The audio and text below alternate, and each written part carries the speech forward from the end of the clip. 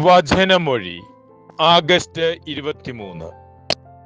വചനഭാഗം 2 കോരിന്തോസ് 9:6-15, മത്തായിയുടെ സുവിശേഷം 19:13-24. ഇന്ന് സുവിശേഷത്തിൽ 2 കാര്യങ്ങളാണ് നാം ശ്രവിക്കുന്നത്. ഒന്ന്, ഈശോ കൈകൾ വെച്ച് പ്രാർത്ഥിക്കുന്നതിന് ഈശോയുടെ പക്കൽ ശിശുക്കളെ കൊണ്ടുവരുന്നത്. 2, ഒരു ധനികനായ യുവാവ് ഈശോയെ സമീപിച്ച് സ്വർഗരാജ്യത്തിൽ പ്രവേശിക്കാൻ എന്തു ചെയ്യണം എന്ന് ചോദിക്കുന്നത്.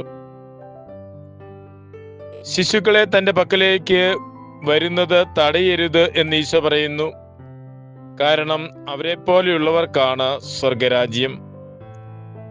സ്വർഗരാജ്യത്തിൽ പ്രവേശിക്കുന്നതിന് ശിശുവിനെ പോലെ നിർമ്മലരും നിഷ്കളങ്കരുമായിരിക്കണമെന്ന് സാരം. സ്വർഗരാജ്യത്തിൽ പ്രവേശിക്കുന്നതിന് എന്ത് ചെയ്യണം എന്ന് ചോദിച്ച യുവാവിനോട് ഈശോ പറയുന്നു, കൽപ്പനകൾ പാലിക്കുക. കൽപ്പനകൾ പാലിച്ച് ജീവിച്ചാൽ സ്വർഗരാജ്യത്തിൽ പ്രവേശിക്കാം.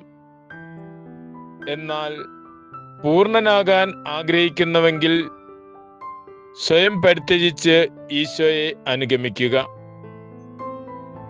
ഈശോയെ അനുഗമിക്കുക എന്നാൽ പരിപൂർണനാകുവാനുള്ള വിളിയാണ്. അതിന് കടമകൾക്കപ്പുറം നന്മ ചെയ്യുന്നവരാകണം എന്നാണ് തിരുവചനം പറയുന്നത്.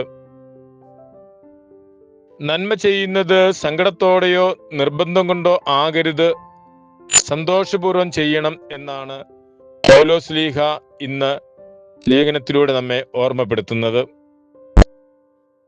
ദരിദ്രർക്ക് നൽകുന്നവന്റെ നീതി എന്നേക്കും നിലനിൽക്കും. ഉദാരശീലരാകേണ്ടതിന് എല്ലാവിധത്തിലും നിങ്ങളെ സമ്പന്നരാക്കിയിരിക്കുന്നു.